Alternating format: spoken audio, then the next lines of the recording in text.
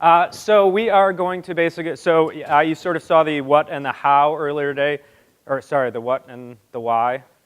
I think I'm the how part of the group. So this is the part where things are going to go horribly wrong, because we're actually going to try and do a bunch of this stuff live. We're going to walk through a series of, progression of sort of trying this out, seeing what it looks like, and then stepping through a few use cases, how you might actually use this in your businesses, either for social sign-on or for better, faster, cheaper federation, building mobile apps. Basically, how do we turn a bunch of this stuff into practical value for you? And we're going to do some of it live here. I guarantee something will break, so bear with me. If you have chickens, prepare to sacrifice them to the demo gods. So what we wanted to start with, and one other thing is, feel free to interrupt me if you have questions along the way. It's been a pretty open dialogue thus far. So let's keep that going. So the first thing we want to do is just a quick demo client. So this is something that if you have laptops, you can try yourselves as well. But I am going to go hit, basically, a little demo client we have set up. And this is basically going to just walk us through the overall OpenID Connect protocol. Okay? So what we see here is a little playground where we'll see the various interactions of what's going on with the client and kind of step through the various progressions that we were talking about in slides earlier today. So the first thing that we ultimately need to do is tell our client about its metadata. So here I've told it which host I'm talking to, and ultimately we're going through what you heard is the code flow. Here I'm going to basically specify my client ID and my client secret. We're basically training this client, or teaching this generic client how to be a specific client. We've registered metadata, we have a client ID and a client secret we've gotten back, and we're going to now step through this flow as this particular client. Okay? So, and if you can't see this, I'll try and zoom in quickly, maybe. So we've got a host, we've got a client ID, a client secret, and ultimately a callback URL. This is where we're going to get a code back in the overall system. Okay, so I'm just going to click the next button, and the first thing that we go through is we've been redirected to our OAuth authorization URL. My client constructed this URL. It redirected us over to our authorization server, in this case Salesforce. And the authorization server ultimately determined that I needed to be authenticated. Remember, OAuth on its own is not really an authentication protocol. We went to an authorization endpoint. Ultimately, this looked at a policy that was established for this particular authorization server and said, okay, we're going to use login.salesforce.com in order to authenticate this customer. Sort of a vanilla offering of authentication from Salesforce. And I'm going to just log in as our admin user here. The next thing you'll see is that we get sent back to our authorization endpoint, right? Now that I've authenticated, we redirect back to the authorization endpoint, and I'm actually being asked to authorize this client. So we'll see it's pretty straightforward. The OpenID Connect Playground is requesting my permission to get at my basic information and a unique identifier. It's basically asking for my OpenID profile information. Okay? And I can choose to allow this or deny this. In this case, since we want the demo to actually continue, I'm going to hit allow, and we'll see that we are redirected back to the playground. We're redirected back to that callback URL. Okay? And in this case, since we're using the code flow, not the implicit flow, what comes back to that callback URL is actually code. So if we actually zoom in on this, you will see that we got redirected to, let me see if I can manage a zoom here. We got redirected to our callback, and I've got this code that I'm going to go ahead and exchange with the system. So I've pulled out my authorization code. Basically, I got redirected to this callback endpoint, and this code came back. Okay? This code is basically something I can turn around and exchange for the server. So if I click Next, we'll see we actually exchanged this with the server. So what we did was we posted that to the token endpoint. Having authorized this, we can now exchange that code against the token endpoint. And you'll see that as we go to the token endpoint, we post that we are presenting an authorization code. Here's the code we just got back from that redirect. Somewhere in there. There's that code. Here's my client ID that I'm presenting. Here's my client secret. I've now proved who this client is, and as you heard earlier, this is secure to do if you trust this server that you're running the OpenID Connect playground on. And here's my redirect URI, just something that's sort of required in the protocol. Okay. And what I get back is my OAuth token response, as well as additional things that are specified in OpenID Connect. So let's walk through this quick. We get back an access token. This is ultimately the session that I'm going to use to turn around and talk to a resource server, the resource server I'm trying to get at. So this is the token that I can use to access APIs, fundamentally what we're trying to do in this use case. You'll also see that we're issued an ID token. Okay. This ID token is a JOT, as you heard earlier, so it's comprised of a header, which basically specifies what signature has been applied to this, a body, which contains a JSON document, and then the actual signature over that. And what I've done here in the playground is peel that apart so we can take a look at the ID token, what's actually in this. This is the body of the ID token, and you'll see that we're doing some basic validation on this. Remember, it's important that if you're going beyond OAuth and using OpenID Connect, that you actually validate this ID token. Okay? You heard John say earlier that you don't need to validate the signature on an ID token, the JOT signature, if what you've done is talk to a known server over SSL on the back end. You can simply do additional validation by looking to see if the audience matches, for instance. Now, if you were using the implicit client flow, that might be and you're not talking to that backend service, that might be a point in time when you actually validate the signature that's been applied to this. But in this case, we're just going to take a look at the audience and see that the audience is, in fact, the client that I'm acting as. So we can be relatively certain that the token that's being presented for us was actually issued and minted for this particular client, which is a good thing. Finally, you'll see that there are a few other things that Salesforce puts in here. We have some signatures. We have scope that's been assigned to this. We also have a token type of bearer, which indicates that this access token is a bearer token. You may also find other things in this response, such as a refresh token. We'll take a look at refresh tokens later. But now what I can do with this, I've basically gone through a OAuth flow, and with the addition of ID token, we could perform single sign-on with this. We can also go ahead and use that access token to fetch profile information. So now, as I click Next, what's happened is I've made a REST resource request to our OpenID Connect user profile endpoint. Right? So if you'll see up here, we hit our user info endpoint, and we present that OAuth token, that access token, in an authorization header. We say it's a bearer token, because that's the token type that we got back. And ultimately, you'll see here's that token that we've copied out of that token response. And what we get back is a whole bunch of profile information, which is useful in some use cases. If you're working on what Roland works on, maybe less useful. But lots of good stuff in here, and we'll see how we can actually put this to use in some enterprise use cases in a second. So here we get an identifier for the user. We have some things that are specific to Salesforce, like our tenant identifier, but a lot of standard claims that are in here. The user's username, potentially their photos or the profile URLs. We actually add in additional claims around URLs. And we'll take a look a little later on how you can actually use this to extend it with your own claims. If you have your own profile information or your own, say, permission information you'd like to pass back to an application, this is a quick and easy way to put that information into a client that's already asking for information about that user. Okay?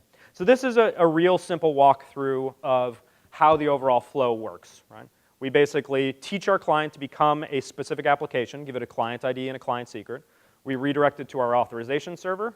Our authorization server authenticates us and authorizes the request, and then redirects back with our code. We exchange that code for our tokens. We can then use those tokens to talk to things like the OpenID Connect profile service, or a SCIM service, or some enterprise resource, or whatever it is that you want to get at on the back end that the authorization server has issued that token for. Okay, pretty straightforward client. Okay. Next thing we're going to do is get a quick drink of water. Now we're going to build one of these. So the next thing we're going to do, as promised, we will go through some demos, is we're going to build the world's simplest client here on the fly. Okay?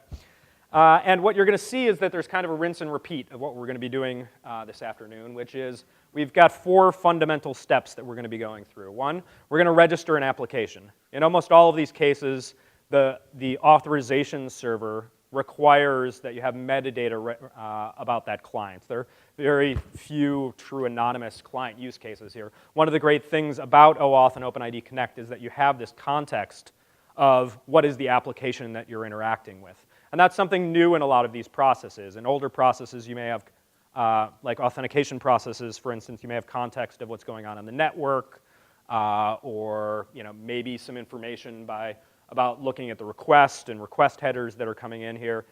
In this case, you actually have broader context of this is a particular application and a user trying to use a particular app. We're going to go get our metadata about the service that we're actually interacting with, and we'll look at how there's good standardization now in publishing of that metadata. Then ultimately, you're either going to create your clients or initialize your clients if you're using a library. And then when you get these tokens back, you turn around and use them against APIs. One of the great things about this is it moves beyond federation because we're layered on top of OAuth. We can also turn around and access and talk to resources. Okay, so the first thing we're going to do is register an app. And we're going to do this one in Salesforce. But we'll see that we're going to do this in a few different places. So let's create an app. We'll call this CIS 2014. What I'm basically doing here is teaching the authorization server about an application. I'm registering an app with this. And you'll see this pattern over and over again. You want to build an app against Google, you register an application. You want to build an app using your Ping Federate server, you register an application. You want to do it with Facebook, you register an application. This is a very common pattern in the industry. And we'll tell it who I am. And why don't we upload a quick logo for this guy. Upload that. And we now have a logo for our application. Here's where we get into the meat of it. There's a bunch of stuff going on here that's specific to our service. We have SAML integrated here. We can host mobile binaries. In this case, we're going to go after the OAuth information. And there's a few things that we need to add in here. Basically, the first is a callback URL. And we're just going to use something really simple like localhost. Okay? Because I'm not actually going to have a server running this. We're going to process this all by hand. Okay? And then we need to get access to certain sets of information. So I'm going to actually ask for a few things here. These are what are known as scopes. Okay? So scopes are what's going to constrain the tokens that are handed out here. So rather than handing out a session that has the complete capabilities of the end user that you're interacting with, what scoping does is it basically allows you to say, okay, when the user is using this particular application, let's constrain what that application can do with the particular token. So don't give them the full rights of the users, lock that down to a particular subset of this. What a scope means across various platforms is undefined. Okay? So as you interact with an individual authorization server or resource server, you have to look at what they offer in terms of scopes. Their granularity, the semantics around what a scope is and what it does will vary from platform to platform, but each provider is basically going to provide documentation. So in Google's case, for instance, it might be this is to access the Calendar API or the IMAP APIs. In our case, it might be for the SOAP APIs or REST APIs or bulk APIs. In other people's case, it might be for a particular field of information. Okay? So what we've asked for here is access to, I'm just going to ask for a bunch of stuff because I don't want the demo to go wrong later when I didn't get the scopes right. So we're just going to load it up with a bunch of scopes. Maybe not the best practice, but will save me from embarrassment later. And we're going to save this. Okay? So now what we've done is we've basically registered a new application. What that really means is the Salesforce platform now knows and understands that there's a new application out there called CIS 2014 that end users can use, right? So now what we need to do is build a client out of this. So step two, as I said, we're going to rinse and repeat across these 4 different steps, is let's go get our metadata. The client ultimately needs to understand information about the authorization server. So if I were to open this, you'll see that over and over again, you're going to see that these various providers, ourselves included, are publishing machine-readable metadata. Now this is a pattern that you potentially saw in SAML, for instance, but what we didn't do a good job of in SAML is defining where everyone was going to publish their metadata, making sure that that metadata was public, making sure that it was defined at well-known discoverable endpoints. And when we do this, this allows you to introspect that server, understand how you communicate with that server, what that server supports, what endpoints it can support. You can also get it keying information, so we don't have to go through key rotation and things like that, where you potentially did in SAML. So this is a little hard to read here. I'll switch back to the slide. What you'll see here is there's a few fundamental things that what we can get at. One, the issuer. So as we're validating an ID token, we often want to make sure that it was issued by somebody we trust. The authorization token and user info endpoints are fundamentally things that we actually need to get through an OpenID Connect flow here. Where do I send this request to be authorized? How do I exchange that code against a token endpoint? Where can I go get profile information about this user? The key URL, remember when I just mentioned that you can go fetch key information for this? If we pull this up, we can hit this. You'll see you get a JSON document, and here you have some RSA keys in a fairly raw form that you can pull back and actually process signatures and validate signatures and not have to statically define or exchange keying information, which means ourselves as providers, we can rotate this periodically, and as long as the client knows how to go to fetch from this URL, this well-known URL, the latest version of the key, it can dynamically rotate that keying information. Okay. And then there's some other things in here. What scopes do you support? What types of signatures can you support? Some other things like what displays can this support? Ultimately, this allows you to construct a fairly intelligent client.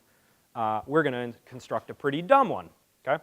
So what you're going to see here is all you really need to do to get through this is some very basic HTTP stuff. So the next thing we're going to do is create our client. So if we switch back to where we registered our client, we're going to need a couple key pieces of information. The first is the client ID. So we have this pretty long, funny-looking client ID here, and we're going to construct our authorization URL. So this is our basic authorization URL. Okay? What we're going to do is come in here and provide our client ID. Okay? And now what I've basically done is taken a generic URL, and which you can't read very well, and specified my client ID. And this is going to allow us to zoom in on that a bit, allow us to talk to the authorization server. So you'll see it's a code. I've specified my redirect URI of localhost. That's where that callback's going to come. And then here's my client ID. This now identifies me to the platform. So let's copy this and paste it into a browser. And you'll see, much like we did with the OpenID Connect playground, I'm sent to the OAuth authorization endpoint. Now you'll notice something different here. Notice I didn't have to authenticate like I did last time. Somebody asked the question earlier, can this be used for single sign-on? Well, there's nothing that's preventing you from or requiring you to authenticate the users each time. Now, there are semantics for that in OpenID Connect. You can say force authentication of the user, and that's something that you can force if that's a policy that the client wants. But in this case, the authorization servers decided, hey, we already know that the admin's logged in. Let's just get them to approve access for this application. Okay? And now you'll see I get a request that is targeted at my Cloud Identity Summit application, CIS 2014, and it's requesting permissions for this.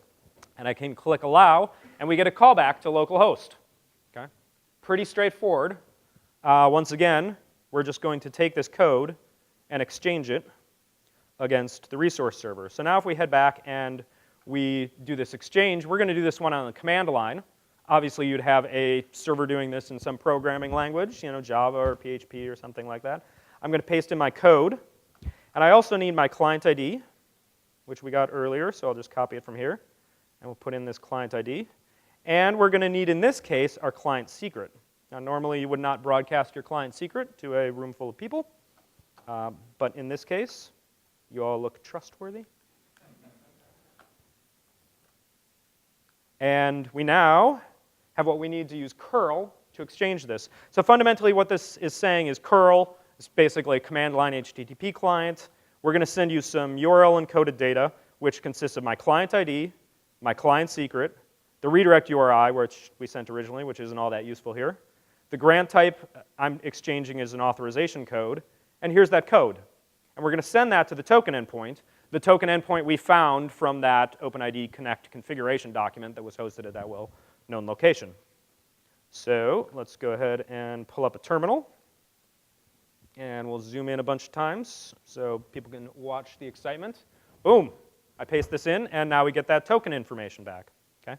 What we're seeing here is we're just hand constructing a client, and you'll find it's super, super easy to do this because all you really need to interact with these various services is the basics of HTTP. And the basics of HTTP exist in every modern programming language that you have to deal with. So you don't have to hire an army of developers to go write a crazy XML stack that speaks WS security. Right? You got the basics of this built into the phones that we all carry around. Right? So you'll see once again that we get back our access token. In this case, we got back a refresh token. This is something I can use to get more access tokens with the refresh token flow, and an ID token that I need to validate. Now, we're not going to hand validate this ID token, but one thing we can do really quick is if you want to take a look at JOTS, jwt.io is a fun little utility. It won't actually validate RSA signatures, but it's a great way to peel them apart really quickly. So what you'll see here is that my ID token consisted of a header, this piece in green, the body, and then this RSA signature at the end. Okay? This is basically a standard JOT. What we'll see is that if we expand the header, it has an RSA 256 signature. It's of type JWT, and it's using a key ID of 190.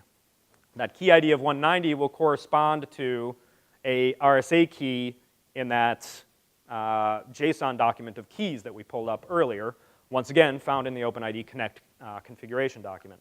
Okay? And then what we'll see is the body of this, right? And if you look at the body, there's a number of things that we talked about today, but fundamentally there's a couple of key things. One, there's a subscriber. This is the identity of the user, a unique identifier that will always be unique to this particular authorization server, and you can use to basically provide single sign-on for this user, as well as the audience. Was this bound for me, or did this token get issued against somebody else and somebody's trying a little attack against my server? And then some time things, such as when it expires, when it was issued, who it was issued by, et cetera. So these are the basic things that you need to actually perform single sign-on, analogous to what you might find in a SAML assertion. For instance, the issued and expired would be a lot like not before, not after, right? Just, you know, squiggly brackets, and instead of having 5 or 10 different timestamps like SAML does, you've got a couple. So nice, easy way to quickly validate this token. Okay? And then finally, you can go ahead and use this token. So remember we had access tokens.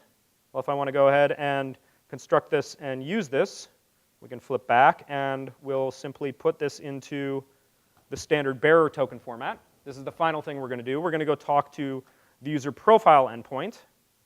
And what we're going to say is present a authorization header, type bearer, and the OAuth access token. This is the standard way that you present an OAuth access token. And we'll paste this into our terminal. And we will do this with single quotes rather than double quotes so that my terminal doesn't get confused. And something goes horribly wrong, like I promised. And we'll try not to spend too much time debugging this, but cross your fingers for one more try, and no. Okay. Well, yeah, I promised something would go wrong. Anyhow, what you should see is, like we did earlier at the end of this OpenID Connect flow, if we just pound through this, boom, boom, boom. Oh, forget it. Okay, what you should see back is a big JSON document with some user profile information in here, and I screwed something up along the way. Okay, but that's the basics of the simplest possible client you can create. Once again, register your application, get the metadata from your server, where are the token endpoints or the authorization token endpoints I talk to, the user profile endpoint I need to talk to, what's your issuer, how do you issue signatures if you need to capture those, what scopes do you support, all the different ways that you're going to interact with that client. Go ahead and put that user through an authorization flow, get your code back, exchange that for your tokens, and then start calling services. User profile service, skim endpoints, enterprise resources, calendars or feeds, whatever you want to do. Okay, so those are the basics, but ultimately what we've basically done here is looked at a bunch of plumbing, right? So what we really want to do is say, what can you do with all of this plumbing? No one's terribly interested in protocols unless you work on protocols all the time. Ultimately, what we want to do is try and put these to use in some use cases. So a pretty classic and straightforward one that we're going to start with here is social sign-on. okay? So this is, in the Salesforce world, we basically look at this as how do we help our customers acquire new customers for themselves, right? How can they interact with Google or Facebook or Amazon or PayPal, right? What we're going to do here is basically walk through a scenario where we set up and teach the Salesforce platform how to be a client of Google, right? And Google is going to become the identity provider for our application, okay? So what we need to do is, of course, step one in our rinse and repeat is we need to go register an app, okay? So like I said, almost everybody has a concept of this. So if we head out to Google, the easiest way to find the Google API console is to Google the API console and type this in. It'll redirect you a few times, and ultimately we'll end up at where we want to be. Okay, so this is how Google registers applications or shows us analytics about applications. What we're going to do here is look at a couple of key things. The first thing to do or to know is that once again, access tokens and access to clients can be scoped, and this will vary heavily by provider. So in this case, we're going to ultimately want to talk to some APIs. Since we're doing a pretty simple use case of OpenID Connect, Google actually requires that you talk to the Google Plus API. Apparently, that's where they put their profile information. So I flipped this on for my organization. That's going to make the appropriate scopes I need available to me. And then we need to establish some credentials, right? So this is where we register, in Google's case, a OAuth application or an OpenID Connect application. So I would say create a new client ID. And we're going to say it's a web application, and you would paste in here your redirect URI. I'm actually just going to skip this piece because I did this earlier, and I don't know what their platform will do if I paste in two of these. But ultimately, I'm saying it's a web app, and my callback URL goes here, and I'd have a bunch of stuff, blah, blah, blah, blah. And what I end up with is somewhere down here. Yep, Google issues me, once again, a client ID and a client secret. Just like when you registered with Salesforce, here's my name, its description, its logo, et cetera. And we issued a client ID and client secret for an app with our platform. Google is asking us to register so we can have an app with their platform. We now have a client ID and a client secret. We've registered our metadata. Next step is we need to know how to interact with the service. Oop. That is not what I'm looking for. Next, we have to know how to interact with the service. So, once again, OpenID Connect endpoints published here. This makes it very straightforward to know where all these token endpoints are. So we see our issuer, our authorization endpoint, our token endpoint, our user profile endpoint. We can go ahead and, instead of hand building a client with URLs and curl, we can actually go ahead and register a client with our platform.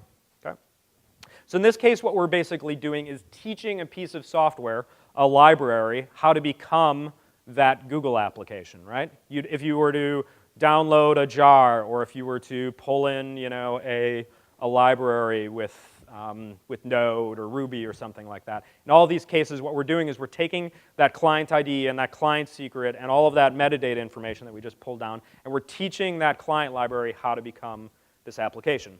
So if we go into auth providers, this is our client for social sign-on. I'm going to select a type of OpenID Connect client, and we're going to call this Google. And we need our consumer key and our consumer secret, ultimately our client ID, client secret, from Google. So if we grab our client ID and paste it in here, and we grab our client secret, once again, you look like a trustworthy bunch, and we paste it in here. And then we're going to need our token endpoints. So we can grab accounts.google for auth, the token, and their user info endpoint. I'm pretty sure these are probably remembered in my browser, so I'm just going to use the Google Auth endpoint and the token endpoint and the user profile endpoint. These are the three that we just pulled from the Google metadata. We're also going to add in Google's issuer, accounts.google.com. Right. Notice I'm copying and pasting. You obviously could have a more intelligent client that simply went out and read this document and filled all of this information in for you. On my list of things to do. And that's pretty good. So we've basically filled in some information that we need for the platform to become a OpenID Connect client. Now we're going to do a couple of other things that are specific to the Salesforce platform here, but we'll show you how you can take this and build on top of this interesting use cases. The first thing that we're going to do is find our registration handler. And what we're going to see here is that because we're getting back this profile information, we can use this for things like just-in-time provisioning of the users on the fly during the single sign-on process. And I also need to tell it who to execute it as. I need a security context when I actually run this, and that's just specific to our platform.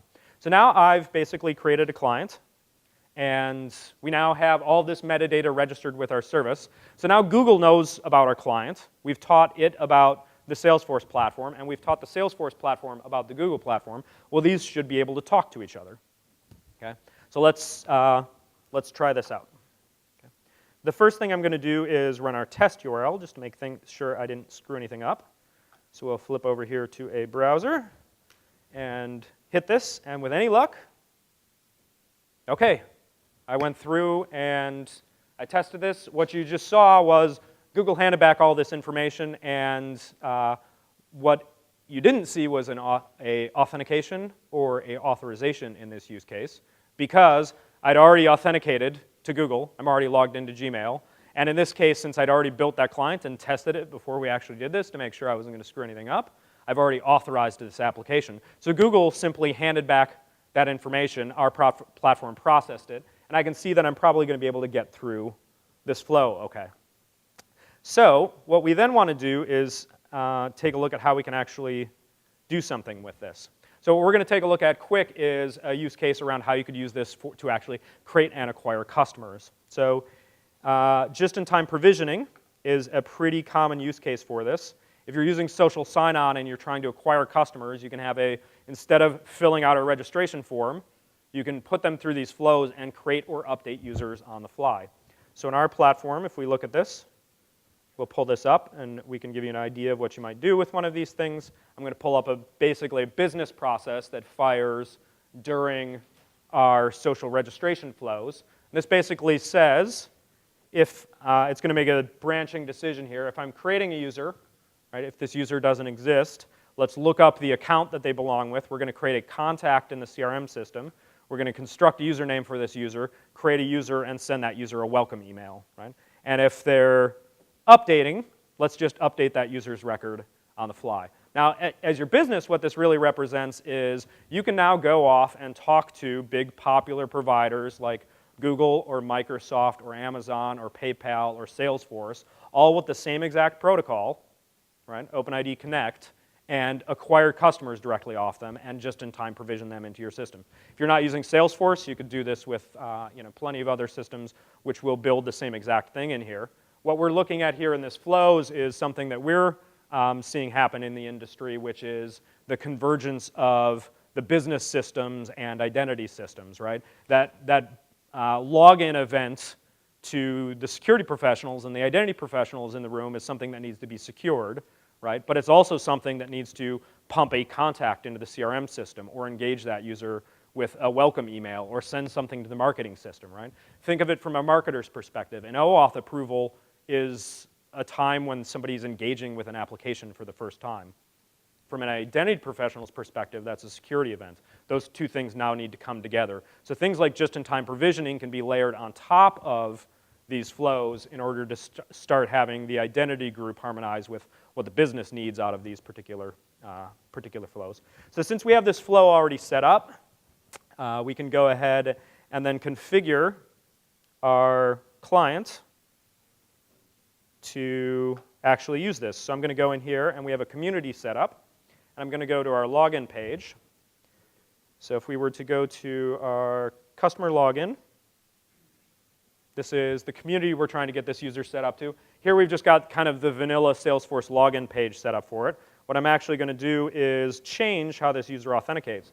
Notice now Google is an option in the platform. So if I hit save and close this, and we come back and reload this page, you'll see that we're sent to Google, and we get single sign-on.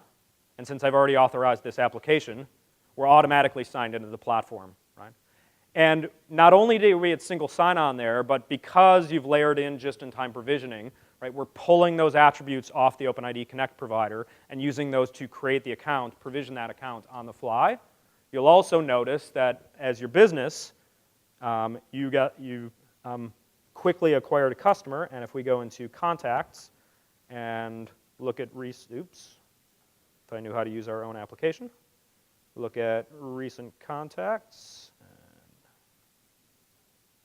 and somewhere here, yep, here's a new contact, Chuck Mortimore. Right? So now we've updated this user, and they exist in the CRM system, and on the fly, we pulled attributes about them off of Google. So just-in-time provisioning, account registration, and interacting with these big public identity providers that have lots of identities. Great first use case where we can actually put some of this plumbing to work. Okay, now that's the most vanilla one. People, I think, pretty much understand that OpenID Connect can be used to talk to the big public providers. The next one we wanted to take a look at is how can we use this in the enterprise, right? How can we take what we've done with, for instance, SAML, make that better, faster, cheaper, more functional, right? How can we use this for classic federation?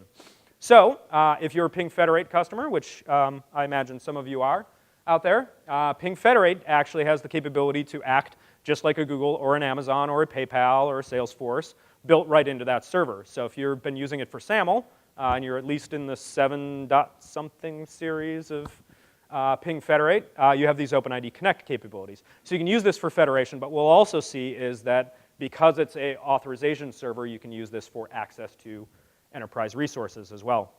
So once again, we're going to go through this rinse and repeat cycle. In this case, we're going to head over to Ping Federate and log in. And we get to the Ping Federate administrative console, and you'll see down here that there is client management. And once again, we are basically going to teach the Ping Federate platform about our application. So we're going to add a client. This is pretty straightforward. We're going to give it a client ID. We'll call this CIS 2014. And we are going to generate a secret. We now have a client secret.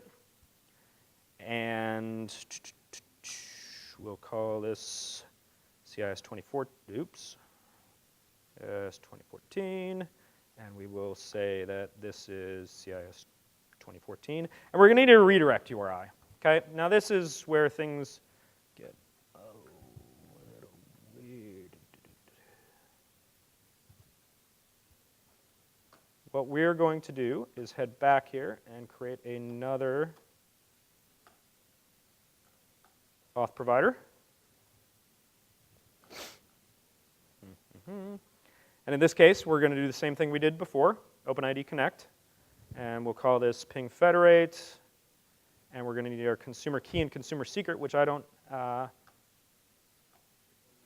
nope, it's not chicken and egg. And we grab the client secret, which was just generated for us. And once again, we're going to need that metadata. So if we were to go off and hit the ping thing, conveniently, everybody seems to be kind of doing the same thing in terms of standards. So I can go off and hit the Ping Federate endpoint at .well-known OpenID configuration and pull back this information. I've already parsed this out, so we'll just cheat and copy it out of here. Actually, this should be enough to get going, because I'm sure my browser is also doing a good job of remembering this stuff. OK, and I have our 3 different endpoints that we need to interact with. The Ping Federate authorization URL, the token URL, and their user info endpoint. And then we're going to need our token issuer. So in this case, it is the root of the Ping Federate server that we're talking to. And our scopes, we'll grab a bunch of these. You'll notice that, once again, scopes mean different things to different people. There are some standardized scopes in OpenID Connect: phone, address, email, OpenID. These are things that are standard. Notice this thing on the end, product. Okay? Totally specific to this particular authorization server. In this case, Ping Federate paired with Ping Access allows you to develop custom scopes, which allow you to basically have your own arbitrary scoping for your own resources, which is what we did here. We're also going to need to have a registration handler. In this case, instead of the customer-specific one, which created users on the fly, you may want to have something specific to employees, right? You don't want to accept users and just-in-time provision users out of your enterprise. You want to make sure that you have strong provisioning practices and you're using this for federation, just like you did with SAML. And of course, we need to pick me to execute as. And if we save this, we've now taught the Salesforce platform how to be this ping federate client. And we need to finish up and provide back our callback URL to ping federate. So we will add in a redirect URL, add this. And now we have a client ID, a client secret, a name, a description, a redirect URL, and we're going to say we want the authorization code grant type. And I'm going to say don't roll this because I don't know what will happen if I do. And yeah, that all looks pretty good. Good enough for government work. And as you all know from using ping federate, you have to hit done and then done and then done and then done and then save. Sorry.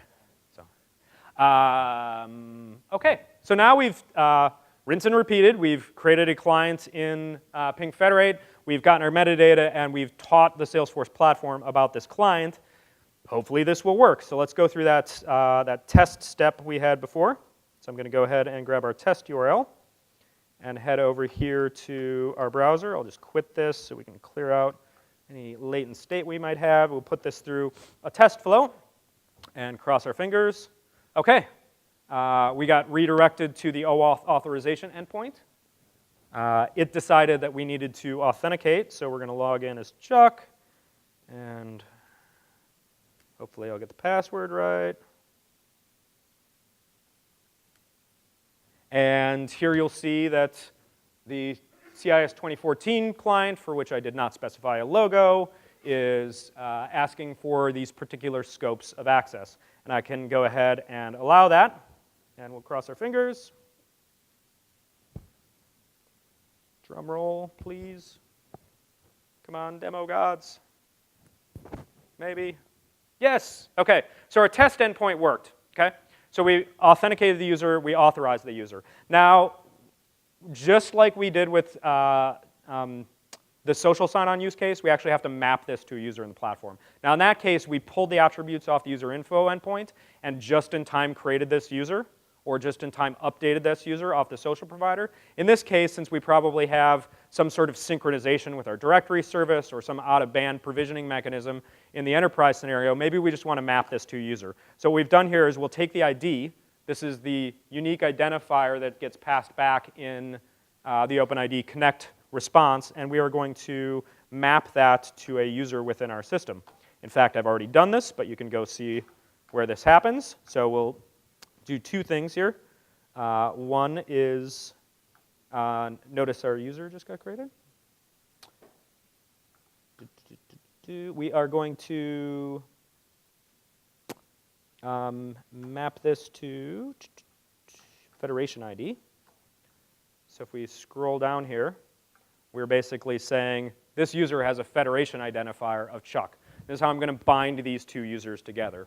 The way we do that in our particular platform is either through that flow that you looked at earlier, or if I pull up our developer console, I can go ahead and open up the class that I mapped here to do this, and we will find internal user reg handler. And this basically just says, when I see a new user, let's go ahead and look up the user and find in the user table where Federation identifier equals the identifier getting passed in from the OpenID Connect contract. Bind those two users together. This will give us single sign-on. So we're not doing any provisioning or just-in-time use cases. You could, but it would be less usual than in the social sign-on scenario. Okay. Now, when I do this, we should have the ability to get everything mapped. So we've set up authentication and authorization. We know it works. We've mapped the users together so that we have common identifiers to them in the two systems. We should be able to set up single sign-on. So if I flip back to my client and we go to the employee view of this, this is normally the employee login page. If we edit the policy on this, we'll go to where we do this in our system. We're going to tell it to use to use ping federate now. So we'll go ahead and edit this, and I'm going to say instead of using the login page, I want you to use ping federate. We save this. And now if I come back and reload this page, you'll notice that instead of presenting the user with a login page, we are sent through an OpenID connect flow. We're basically federating. So this is analogous to SP initiating SAML. Right? We hit the resource needs to be authenticated, it looks up in its metadata, it says, oops, I'm an OpenID connect client. I've been configured and taught to be this particular client in this ping federate server. Let's redirect over there to their authorization URL, and our user is going to authorize this user and click allow, and with any luck, we'll get back. That mapping function got called, and now we've bound those two users together, and we've identified user in system A is user in system B, and we provide single sign-on for this user into this platform, right? So pretty quick and simple to get it up and running, but we haven't really done anything that's up and above or beyond what you've done in SAML. Maybe it was a little easier to understand what the metadata was or to get at that metadata, but fundamentally you're just doing enterprise federation at this point. Let's take this a step further and see why would we want to like actually go beyond this and use OpenID Connect. Because it's built on top of OAuth, you get back tokens, right? And this is one of the reasons that OpenID Connect is actually built on top of OAuth, is because as a industry, large service providers and relying parties, what we discovered working with identity providers is beyond single sign-on, what we all really wanted to do was talk to APIs on the back end. And that's no different for the enterprise. As you're beginning to speak to cloud applications or federate between partners, a lot of you are now exposing APIs and want to be able to get at those. Well, SAML doesn't really provide a standardized way for you to give back this API information and do that in a scoped and secure way. Because OpenID Connect is built on top of OAuth, you get to take advantage of, this is fundamentally what OAuth does for a living. Okay?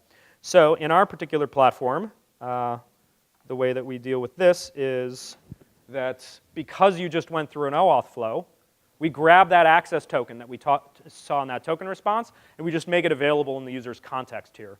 So all we're really going to do is say, okay, let's go ahead and get the access token for this particular application and make a request to a OAuth protected resource, right? So once again, all you really need here is HTTP.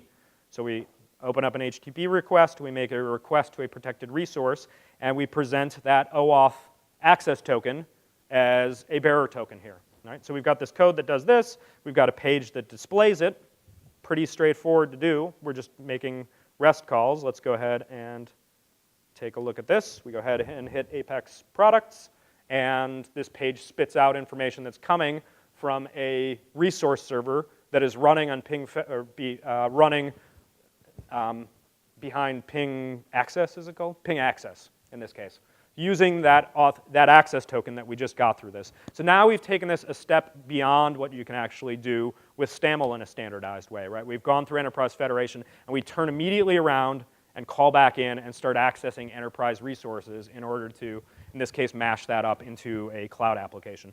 Here we're just listing a couple of products, computers and cell phones, not terribly interesting. Okay, but great use case for you if you need to get back at enterprise apps and you're using cloud applications or partners need to get to APIs that you're starting to expose. Putting these two together can give you both single sign-on and API access, big bonus. Okay. So the next thing that we want to do is take a look at probably the area that we're seeing the most success for OAuth and OpenID Connect, which is mobile applications. And in this case, I thought I'd talk a bit more specifically about enterprise mobile applications. So now what we're going to do is we're basically going to build this app. Right? How do we take what we just did here and put this on a phone, and then what does OAuth and OpenID Connect allow us to do here?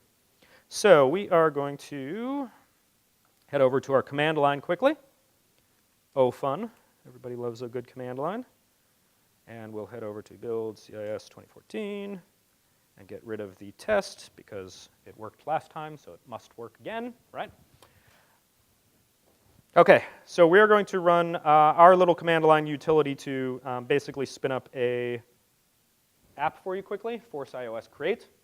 And we're going to create a hybrid remote app. Okay, there's 3 different types of applications that we expose here.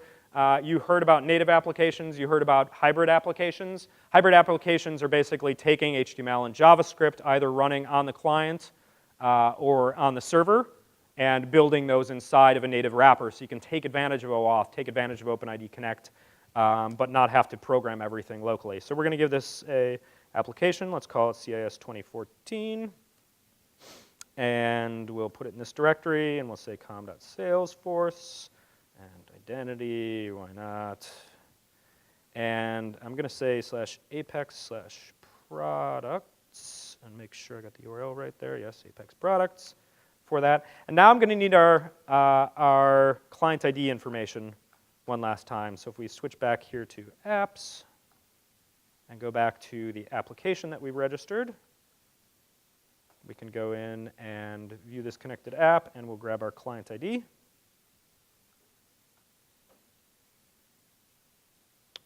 And provide it to our application. And our callback URL is https://localhost. And boom, we have an app. Awesome, right? Okay. Let's actually get in and take a look at our app.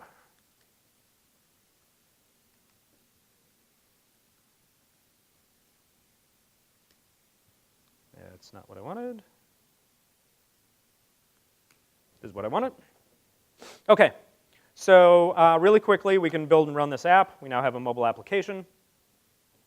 And we'll fire this up, and then we're going to take a look at some of the awesome stuff you can actually do with this. If we're lucky. And the demo gods are with us.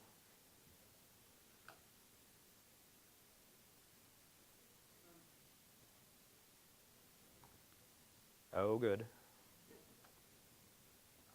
Let's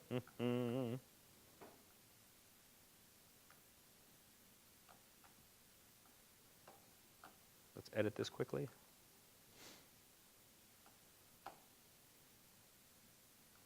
I have all of my scopes. Okay, we're going to build a new app quickly.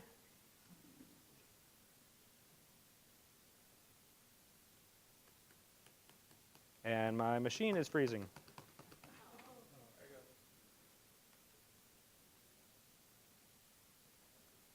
Let's try one more time. Hybrid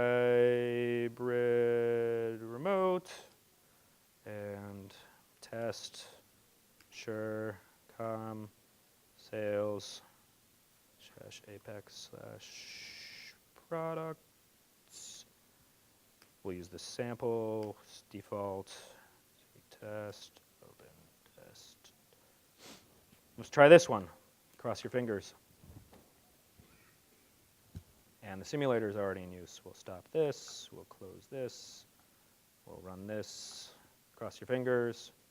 OK, cool. We have a mobile app that's up and running here. One thing you'll notice is that we are still pointing at just the login page, right? What happened to our enterprise federation here? Well, one thing we could do is point at a custom domain and type it in. Another thing we might want to do is just layer federation into this. What we're going to see here is that login.salesforce.com is what I'm looking for. What we're going to see here is that if we go ahead and replace our URL with this, and we go ahead and reset content and settings,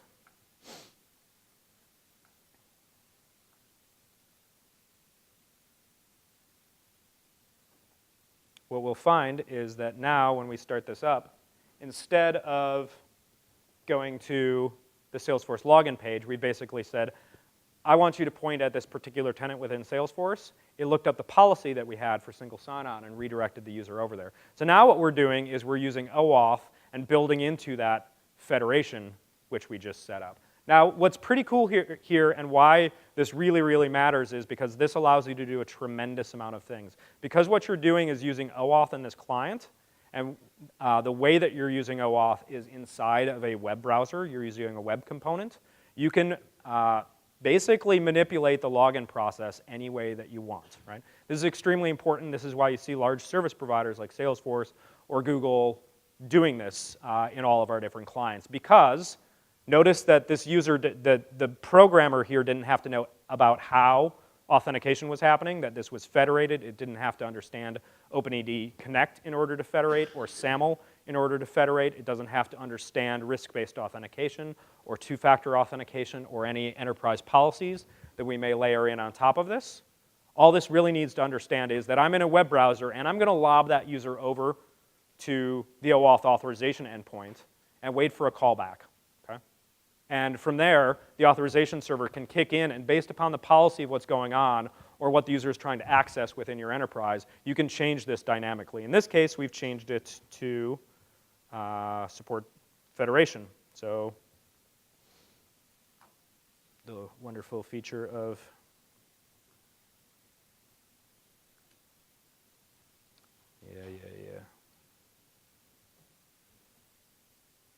We'll try one more time. The irony. Okay. Well, we have 2 minutes. I'm giving up. I told you stuff would break. Okay. So let's switch back to slides, because clearly the mobile app doesn't want to engage with me. So a couple of things going on here. One, we can layer in, because you can take over this process and use a web browser, we can layer in federation. So you want to use mobile apps, OpenID and OAuth are a great way to do it, because fundamentally what you're trying to do in that mobile app is get an API token. You can talk to backend services, so you can actually build something of value inside of that mobile app. But you want to use enterprise federation. Because this is happening in a web browser, the authentication phase can switch to SAML, it can switch to Google, it can switch to Facebook, it can switch to OpenID Connect, and the programmer doesn't need to know anything about that. So as you, as identity professionals, change your policies, you don't have to go change all of the enterprise clients that have been deployed. Okay? That also means that you can adjust policies. So lots of different servers have different concepts of this. If I look at the policy associated with an application in this area, actually, let me get into a different one that has more robust policies. Let's go to this right here, because I've got it all set up and ready to go. You might want to add in different policies. For instance, you may decide that you don't like consumer OAuth style authorization. Is it really the user's decision whether or not this application can access particular resources? Or is it an enterprise admin's decision around this particular users are allowed to use this app? This means you can map it back to groups in Active Directory, or in our cases, profiles or permission sets, basically roles within the server to determine whether or not that user is authorized to use an application. You could adjust how it behaves with IP restrictions.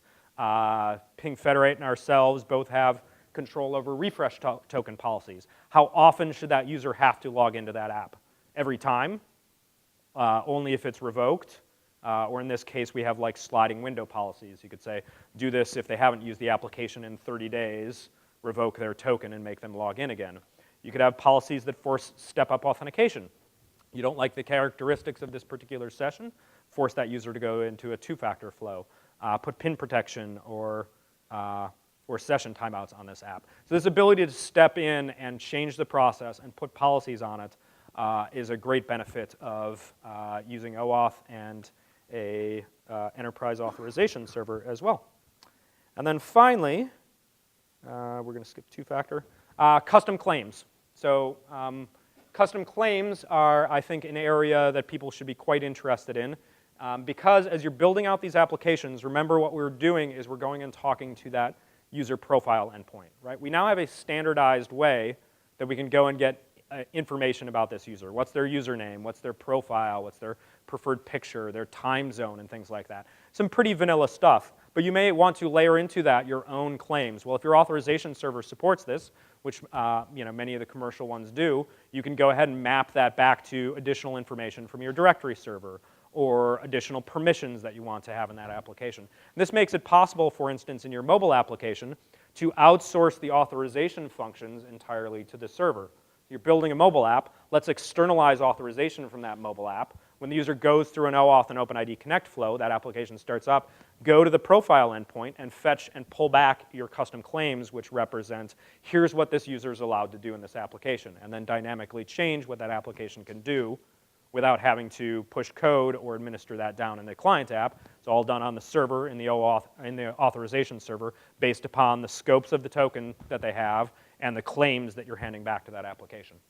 So with that, hopefully that gives you some, I'm out of time, I'm actually a minute or so over. Hopefully that gives you some good ideas about things you can do, social sign-on, federation that allows you to talk back to enterprise applications, mobile apps, which clearly don't work, and go have fun with it. So thank you.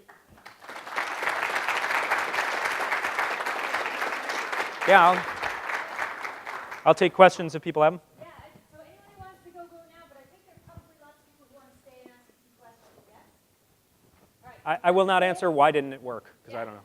If you want to go now. If you want to stay, we'll do questions in about a minute after all the noise has settled down. Thanks.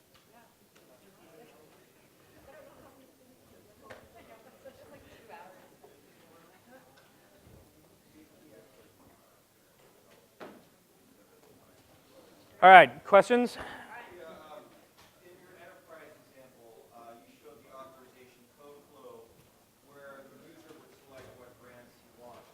But in an enterprise, oftentimes you don't really want to give them a choice as to what areas of the product or application in the RP they're going to get access to. Yeah. Oh. Yeah. So, which code flow would you say would fit the best in that scenario?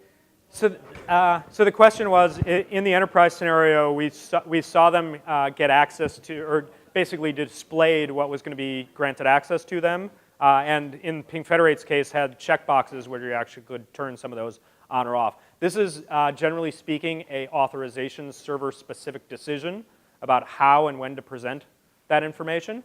And I think in both of our cases, we actually can, both in Ping and Salesforce cases, I'll talk about Salesforce because I know it well, we can suppress it. So remember when we were at the end, I was going to show you enterprise policies. In this case, we can say admins are, users are pre-authorized to do this. What this does is this basically, in our server, shuts off that page that says, hey, app is trying to do X, is that cool? And instead, we look at server-side authorization rules. So in this case, if I were to cancel this and scroll down here, we're going to look at these profiles, and basically these groups or roles are authorized to do this. So when our server sees this, we get to that authorization page and we say, look up the app metadata based upon the client ID. We then look at the policy and say, oops, this is admin approved policy. Let's check to see if this user's in the right groups in order to access this application. If they are, they never see the page and they just head on in because we trust the admin has done the right thing. If they aren't, the app gets back an error which basically says you're unauthorized to use this application, and the app has to deal with the user from there. There, hold on, I'll be faster if you can actually speak into the mic, I think. Thank you. You showed the client registration process quite a few times. What I'm thinking about is, as an enterprise, it's possible that you have to deal with a large variety of clients. Are there any implementations which wrap a workflow around client registration so you can have an authoritative person approving that particular client, talking to our SaaS application? I know it's outside of the spec. I don't know of any that wrap explicit workflow around. I don't know, does Ping Federate do that at all? No, not yet. So, yeah. Yes. So we'll both give you the same answer, which is some of us have, the more enterprise-focused folks have registration APIs. So for instance, you can call our API and create a client and push into that. For instance, you know, here's all my client information. Here's a digital certificate that represents my app, things like that. And we will go ahead and register that for you. What you'd have to do in both our cases is build a mini workflow app in front of that in order to collect that, put it through an approval process, and then turn around and call that API on behalf of the user. I haven't seen anyone formalize workflow around that.